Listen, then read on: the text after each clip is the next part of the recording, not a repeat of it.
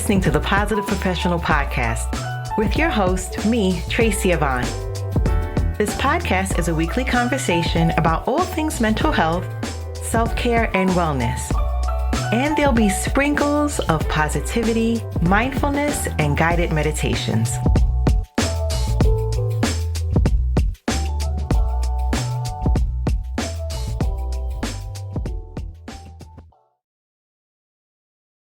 Have you heard of Verbal? Verbal is an audio streaming destination for all types of audio creators like myself, and anyone that loves listening to audio.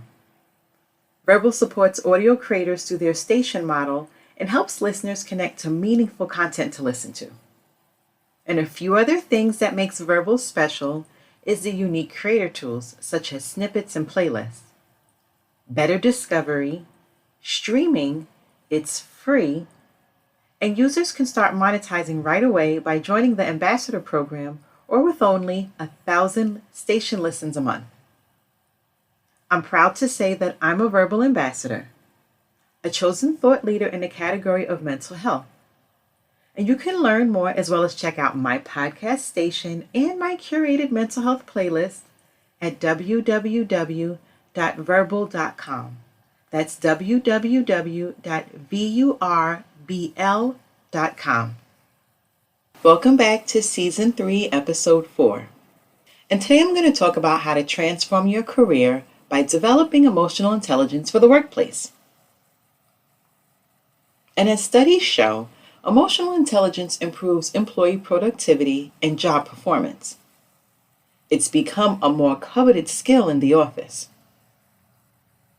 Emotional intelligence is when you can understand the emotions of yourself and others, as well as manage your own feelings well. This shows balance between intelligence and self-awareness.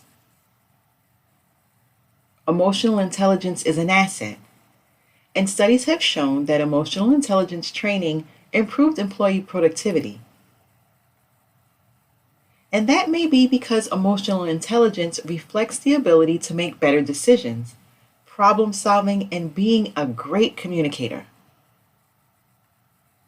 People who are emotionally intelligent can come up with solutions from a holistic perspective. In reference to emotional intelligence in the workplace, it's rated in 4 categories. First, we have self-management. And this is where you're able to think clearly in situations where you feel stressed, anxious, or even angry.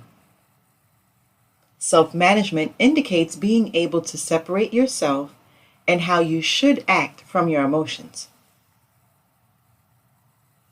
Self-awareness helps your ability to change negative habits, thoughts, or behaviors. And when you have a high level of self-awareness, you can recognize how your beliefs and emotions affect your thoughts and behaviors. Social awareness is your ability to read the room. You can understand what others need to feel comfortable, as well as see social dynamics at play. Social awareness indicates how well you will pick up on social cues or needs. And the last is relationship management. This is where you can manage conflict well, work well with others, and develop positive relationships overall. Relational management indicates good interpersonal skills. So are you interested in improving your emotional awareness so that you can excel at work? Well, I'm going to share some tips in the next segment. Today's episode is brought to you by Ivy Elite Training. Are you looking for low-cost professional development workshops, topics like emotional intelligence, diversity and inclusion, and more? Then visit www.ivyelitetraining.com. That's www.ivyelitetraining.com.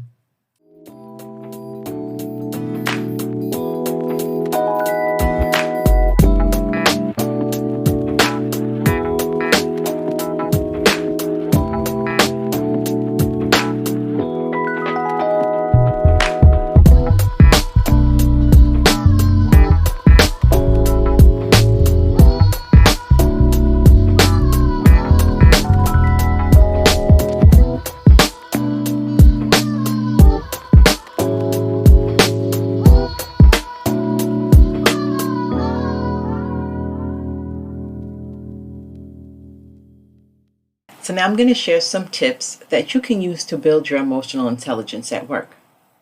The first one is to practice self-awareness. Self-awareness reflects your ability to look at yourself objectively. And to develop this, you can start by practicing self-reflection in a journal daily.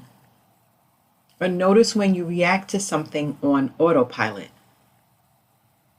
Think about the feedback that you receive and practice seeing things from other people's point of view, not just your own. Next is to receive criticism with grace. Think before you react to criticism. That even means if you need to just take a second to take a deep breath in and a slow exhale.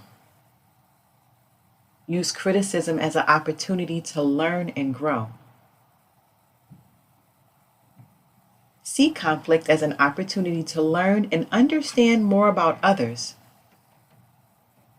Now, conflict can be frustrating, or it can be very frustrating, but conflict is inevitable. So instead of avoiding it, take conflict as an opportunity to understand where the other person is coming from. Next is to learn to read the room. Now, how well do you pick up on the feelings of people around you? Do you know who to go to when you need a solution? And what are the unwritten rules do people follow at your workplace? Being able to read the room can position you as a superstar or a change maker at your organization. And next is to listen to others. People with high emotional intelligence are great listeners. And are you doing all the talking, or are you making space to listen as well? And try listening in meetings and make an effort to ask people what they think. It's also important to speak up and express yourself appropriately. In addition to great listening skills, emotionally intelligent people are great at speaking up when it matters too. So don't be afraid to pitch your out-of-box ideas or to make sure your opinions get heard. And the last tip I'm going to share is to work to people's strengths. Remember, people work differently and have different strengths. Be flexible to different types of people who make up your team. You want to create an environment for each person to thrive and be engaged and be innovative. People with higher emotional intelligence have an easier time managing their stress levels, building better relationships, and reading the room. Prowess managing your own stress levels means that you can calmly lead a team through high stress situations.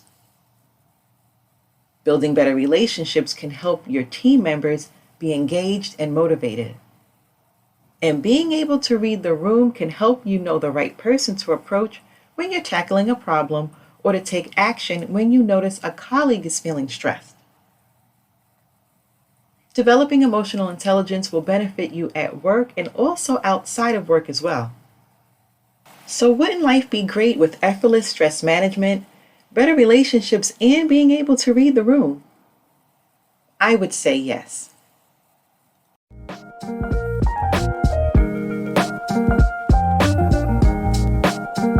Thanks for listening and supporting this podcast.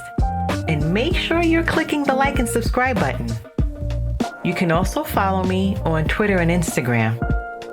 Stay safe, be well, and don't forget to be the best version of you.